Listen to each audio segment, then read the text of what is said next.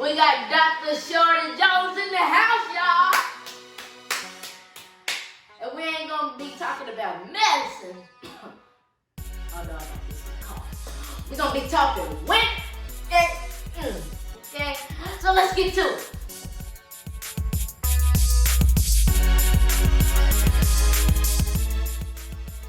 We're back with Dr. Shorty Jones. Thank you for being on my show today. No problem. All right. So first question. What does having a month to celebrate women means to you? Wow, that's an interesting question. In today's society, we really don't seem like we're valuing women the way we should. Mm-hmm. So it's a good thing to recognize and set aside a time. I think it's awesome. It teaches our young girls they have something to look forward to. It also shows the men that, hey, look at us, we're doing great things. Mm-hmm. I think it's something that's really, really worthwhile and needed. Mm-hmm. And back then, women could not vote because the men thought they were not ready or worthless. And I think it was a big change when they said now you can vote. Absolutely. And that's kind of cool. Mm-hmm. So what has been the toughest obstacle you faced as a woman? So in medical school, it's predominantly men, or at least at that time, it was predominantly men. Mm-hmm. And there were certain specialties and certain fields that they did not want women to be a part of. Mm-hmm. Orthopedic surgery, urology, some of those fields that yielded a lot of money. Right. Those are the ones they wanted to keep women out of. Now, thankfully for me, the field that I chose was not one that restricted women. But still, there are a lot of patients who don't want to see a woman because they feel like a woman can't take care of me, or she doesn't understand, or she doesn't have the brain capacity. So having to constantly prove myself that I know just as much as my male counterparts, that's always a struggle. And that's been a struggle, and I think it will continue to be until we as women assert ourselves and show people that we know just as much as our counterparts. How does it make you feel that women were treated that way and is treated that way? Oh, it's heartbreaking, especially when you have a daughter or you have sisters, or you look at other women in your neighborhood, in your church and community, and right. You see these women who are so talented and so strong, but at the same time, they're devalued and they're made to feel less than. So it hurts my heart, but it does give me some motivation to try to teach my daughter and all of the young girls who are in my community, my sorority sisters, women and girls in my church, to say, hey, stand up and be noticed, and don't accept what's second best. You always have to put your best foot forward and show them that you can do just the same things that they can do. Right. So could you please tell me the women that inspired you to do what you do today? That typical answer, my mother. My mother was an elementary school principal. And at that time, there were not any other Black female principals in the city I grew up in Albany, Georgia. So at that time, she was maybe late 30s at the time when she got pushed into a position. And unfortunately, they sent her to one of the toughest schools in the city, a school that needed a lot of help, needed a lot of love and concern. And I would see her get up every day, going to take care of these kids and help them get good educations. But she never gave up. She pushed through. She ended up being a principal of 3 different schools. She educated thousands of kids in South Georgia. And to this day, when I go home, I'm always going to run into somebody that says, are you Miss Shorter's daughter? Your mom was my 5th grade principal. Your mom was the principal when I was in the 2nd grade. Mind you, she started teaching way before I was born. Mm-hmm. And she retired a few years ago. So her career spanned 35, 36 years. And if you can imagine all the children that she was over, either in a classroom or in a principal situation, that's thousands of kids, and she's impacted their lives. And so I looked at her and said, man, this lady has done an awesome job. Right. She's probably one of the big inspirations, but if I may say one more, who I think made me better than my mom was my grandmother, who at 21 got married, lost a husband, had 2 kids, my mom and my uncle. She was uneducated at that time. She decided to go back to college, and she went in the summer. For about 8 or 9 years, she just went to summer school at Albany State, took my mom and my uncle to family members to keep them. She went all those summers until she got a degree. She was a 25-year-old widow with 2 small kids.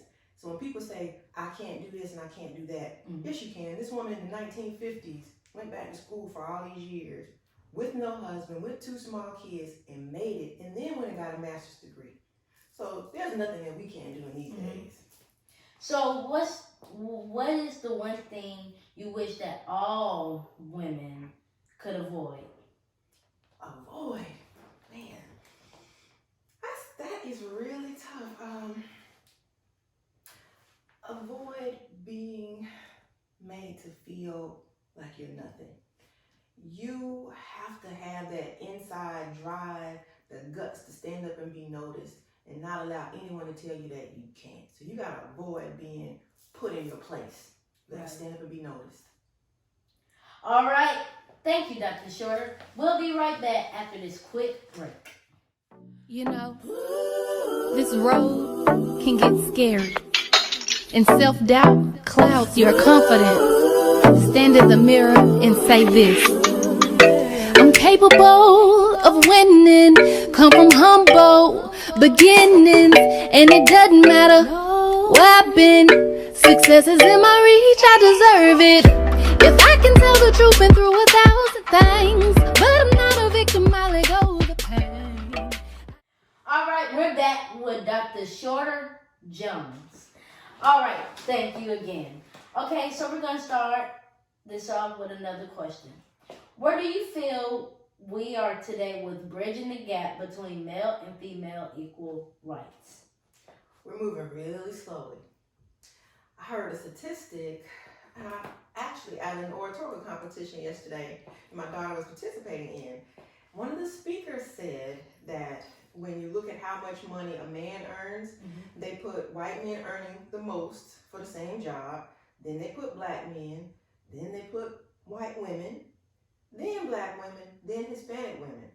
So for the same job, the same background, and the same level of training, a black woman's gonna make way less, and a white woman's gonna make way less. So we have to be fair in our earning. We've got to be able to push for the same pay for the same job. But we're still lacking. We're lacking in a lot of top level jobs and executive positions, management and business, and in medicine and politics. Look at our Democratic national people that are left now. We're down to 2 men. No offense to the 2 men, but we started out with, I believe, 4 women total, and we have none now. When you look at the Senate, when you look at the Congress, when you look at our House of Representatives, we're not equal. Even if you look at who's mayors, who's the governor, still not equal. So we have a long way to go. Long way to go. Right. Okay, so what do you feel are some major challenges young women face today? They face a lot of peer pressure. They face the pressure of having to be everything, to be beautiful. When they look at images on television, a young girl thinks that if I don't look like this person on this TV show, or this model on the stage, or this singer, this entertainer, this actress, then I'm inadequate. But the reality is, if you look at those people when they didn't have the money and the access, they probably look just like us regular plain everyday folks. But we're basing our standards on what we see on television, and that's not real. Those people are made up. They're rich, but we feel as everyday people that we have to live up to those standards.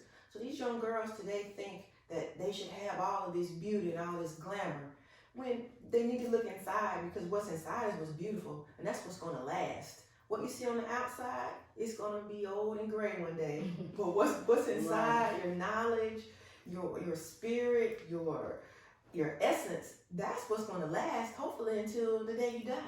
So we really have to help our young girls not to succumb to peer pressure. So what advice would you give to the young ladies today that may be struggling with their identity and or self-confidence? I think they're going to have to find themselves a mentor.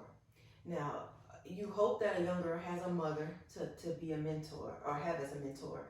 That's not always the case. Sometimes they don't have a mother. Sometimes their mothers won't make good mentors. So they've got to look out and identify, who is it that I can pattern myself after? You have to find somebody that you think has what you want to be and say, hey, I like her. I want to be like this person. You follow their moves. You identify them. And you say, I think I could use you as somebody to guide me. That may be a woman in your church. That may be a woman in another sort of organization in the community. But as a young woman, you have to put yourself in situations where you can be around positive influences and try to shy away from those things that's going to get you in trouble. Right. One bad decision in your youth may affect the rest of your life. Wow. What's the best medical advice you can give to the women of all ages? Take time for yourself. As a mother, as a wife, and a doctor, and a trustee at church, and an AKA, and a Jack and Jill, and all these hats I wear, that's a lot. And eventually it can tear you down, and you lose yourself. And one day I'm mom, one day I'm Dr. Shorter, one day I'm this, but I'm Melanie at the end of the day. And if I don't take time for me and my personal health, nobody's good. If I'm not happy in our home, my kids are not happy, my husband's not happy, people at my job are not happy. So we have to learn how to take time to rest. Rest doesn't mean you're lazy. Rest just means that as a human, you can't exist without rest. We don't leave our car running all night. We turn it off because it can't run. Turn your computer off, you turn your phone off. Why you don't turn your body off? You gotta get time to rest and rejuvenate. Thank you, Dr. Shorter Jones. And we'll be right back after this break. Came down and died for our sins. With him by my side, I can always win. I got some things for my father that he want me to do. If I can change for my father, anybody can too. You got to give him everything, he's gonna come through. Blue skies come out the darkness, and your prayers will come true. Thank you, Dr. Shorter Jones, for being on my show today. It was an amazing show. I like when she talked about women getting rest. So, men, I know you got wives, sisters, and grandmothers, and mothers. And I have a mother, a sister, and a grandmother. And if they don't get rest, they get stressed. Okay. And I thank her for talking about that, the self-care. And also, she talked about how women should be paid equally to men. So I thank her for talking about that, and I wish that the young women growing up would take a big stand in that. So as we go down this road with this wonderful, wonderful, important month to celebrate the women, I wish that everybody will learn something, laugh at something, and, watch it one show at a time. So like, comment, subscribe. Ooh, like, comment, subscribe. See you next time.